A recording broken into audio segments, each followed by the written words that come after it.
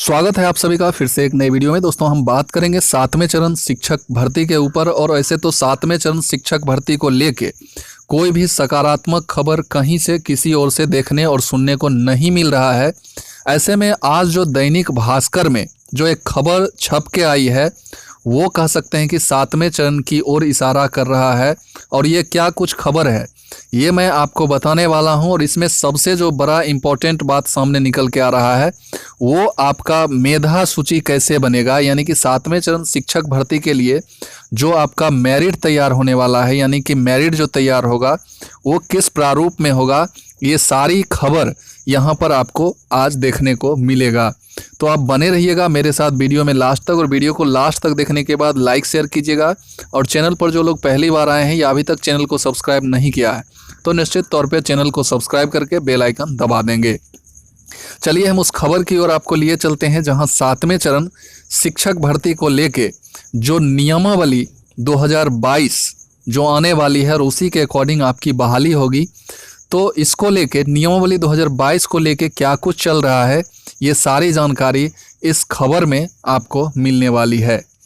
उस खबर की तरफ हम चलते हैं और वो खबर आपको यहाँ जो है सो देखने को मिल जाएगा। चलिए तो हम आ चुके हैं उस खबर की तरफ। और ये आज देख सकते हैं आज का 15 सितंबर यानी कि रिसेंट एकदम फ्रेश न्यूज़ है। और यहाँ कहा जा रहा है कि भास्कर एक्सक्लूसिव की तरफ से वित्त विभाग के फैसले के बाद कैबिनेट में जाएगा प्रस्ताव। और यह किस प्रस्ताव की बात कर रहा है तो वही नियमावली 2022 जो आपका पूरा कह सकते हैं कि फाइल तैयार होके वित्त विभाग को भेजा गया है। और वित्त विभाग से जब लौट के आएगा तो मैं अगर इसको पूरा पढ़ के नहीं बताऊं, इसको ब्रीफली बता देता हूं कि इसमें क्या कुछ पूरा खबर है। उसके बाद हम आपको लिए चलेंगे उस मेधा आपकी कैसे तैयार होगी उसकी तरफ हम आपको लिए चलेंगे। तो यहाँ देखिए, यहाँ नियमावली 2022 जो है आपका पूरा तैयार हो चुका है, ड्राफ्टिंग जो कि यहाँ लिखा हुआ है। और वो ड्राफ्टिंग जो है सो वित्त विभाग को भेजा गया है। और वहाँ से जब वो रिटर्न होके आएगा तो वो ड्राफ्टिंग जो है फिर से शिक्षा मंत्री प्रोफेसर चंद्रशेखर की अध्यक्षता में एक विभागीय और जो विभाग के जो लोग हैं पदाधिकारी हैं आला अधिकारी जो हैं शिक्षा विभाग के, तो शिक्षा विभाग और शिक्षा विभाग के जो अधिकारी हैं और शिक्षा मंत्री, तो शिक्षा मंत्री की अध्यक्षता में एक बैठक रखी जाएगी। और वहाँ से जो है नियमावली 2022 को कह सकते हैं कि कैबिनेट से स्वीकृति मिल जाएगी। और स्वीकृति मिलने के बाद नियमावली आप तमाम अभ्यर्थियों के बीच आ जाएगा। तो यही सब कुल मिला के यहाँ इस न्यूज़ में कहा जा रहा है। लेकिन ऐसी डेट वगैरह कुछ भी कह सकते हैं कि चर्चा नहीं है यहाँ कि कब तक ये सब कुछ तैयार होके आएगा। स्पष्ट तौर पे यहाँ अगर इस खबर को आप पढ़िएगा तो लिखा हुआ है कि अभ्यर्थियों को अभी और इंतज़ार करना होगा। यहाँ जब इस खबर को आप पढ़िएगा तो यहाँ लिखा हुआ है कि अभ्यर्थियों को और इंतज़ार करना होगा। और जहाँ तक उस नियमावली में आप जो 2022 नियमावली देखे होंगे जो लीकेज हुआ था उसमें स्पष्ट तौर पे जो मेरिट लिस्ट 60-40 की जो बात की गई थी वही बात यहाँ स्पष्ट रूप से आपको देखने को मिल जाएगा। जब इस खबर को आप पूरा पढ़िएगा तो 60-40 जो है लगभग हम कह सकते हैं कि एक तरह से फिक्स हो चुका है।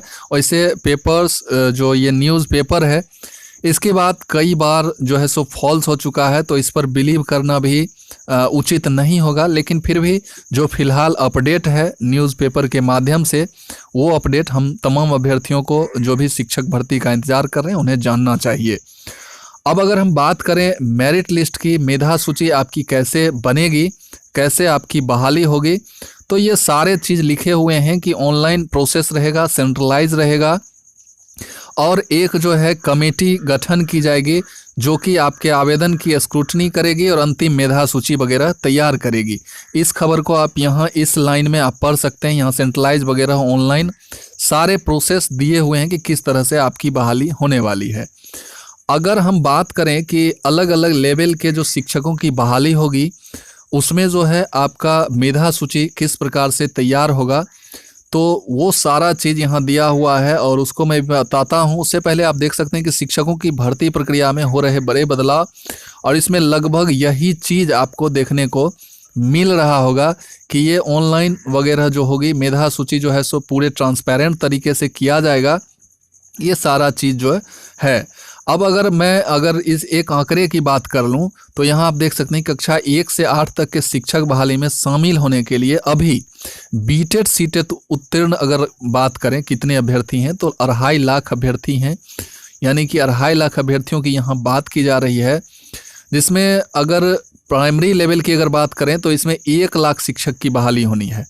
अगर प्राइमरी यानी कि प्राथमिक की बात करें तो यहाँ कहा जा रहा है कि 1 लाख वैकेंसी सिर्फ प्राइमरी की आने वाली है। जबकि हाई स्कूल में अगर बात करें, प्राइमरी में आपको मैं बता दूं कि 1 to 8 तक के शिक्षकों की बहाली होनी है, जिसे प्राइमरी और अपर प्राइमरी आप कह सकते हैं। तो इसमें समथिंग 1 लाख राउंड फिगर में बहाली आनी है। और अगर हाई स्कूल की बात करूं यानी कि सेकेंडरी की, तो इसमें 75 से 80 हज़ार वैकेंसी आपको देखने को मिलेगी।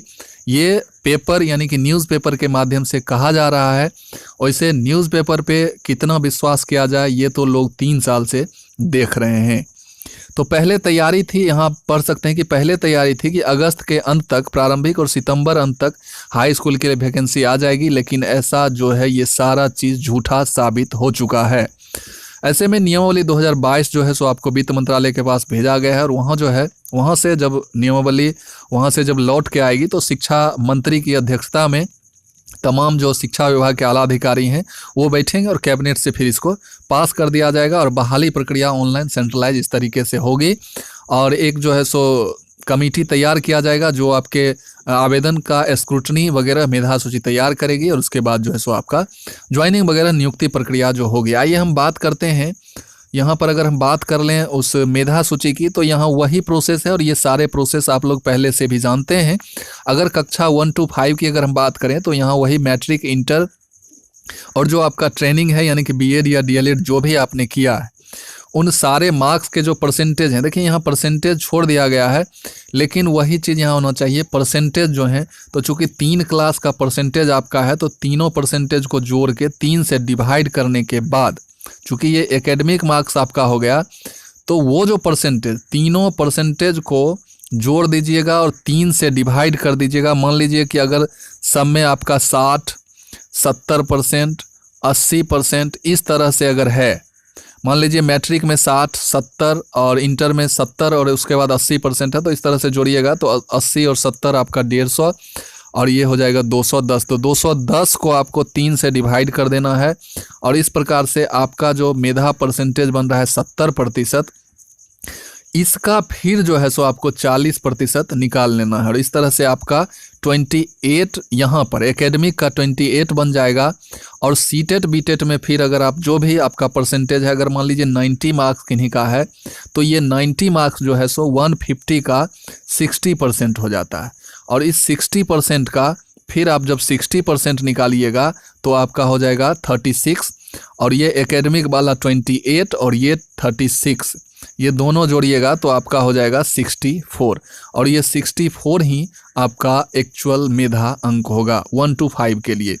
फिर इसी तरह से आप 6 to 8 का भी निकाल लीजिएगा। 6 to 8 में जो आपका है स्नातक और प्रशिक्षण, स्नातक में मान लीजिए आपका 60% है और प्रशिक्षण में 70% है, तो इसी तरह से फिर आप निकाल लीजिएगा 130 हो जाएगा। और इसको चूंकि 2 क्लास का हम जोड़ रहे हैं तो 2 से डिवाइड करेंगे और 65 आपका ये हो जाएगा और 65 का फिर जो है आप 40% निकाल लीजिएगा और इस तरह से जो आएगा वो आपका हो गया। और फिर सीटेट में पेपर 2 में जो आपका मार्क्स है, जो परसेंटेज है सीटेट पेपर 2 में, उसका 60% निकाल के और ये जो निकल रहा है आपको वो जोड़ दीजिएगा तो वो मेधांक हो गया।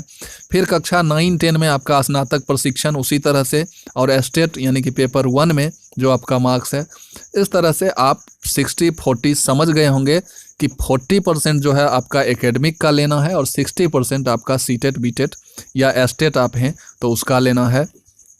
फिर इसमें एक चीज़ और नया चीज़ जो है सो सामने निकल के आ रहा है, जो अतिथि शिक्षक यानी कि गेस्ट टीचर को वेटेज भी दिया जाएगा, जो कि 5 अंक का वेटेज इन्हें बहाली प्रक्रिया में दिया जाएगा। अगर आप भूतपूर्व सैनिक वगैरह की विधवा हैं तो आपको 10 अंक का वेटेज मिलेगा। यहाँ 11-12 का भी आप देख सकते हैं, सेम वही है। पीजी प्रशिक्षण में जो आपका परसेंटेज आ रहा है उसका 40% और फिर एस्टेट के पेपर 2 में जो आप मार्क्स ला रहे हैं उसका 60%। इस तरह से आपका मेधांक तैयार होगा। तो ये कुछ बदलाव होने जा रहे हैं 7वें चरण शिक्षक भर्ती की बहाली में।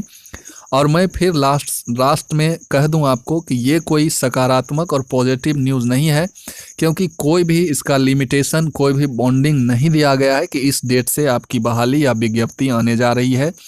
यहाँ पर बात की जा रही है सिर्फ नियमावली के ऊपर, और नियमावली आने में ही कितना विलंब होगा ये भी फिक्स नहीं है।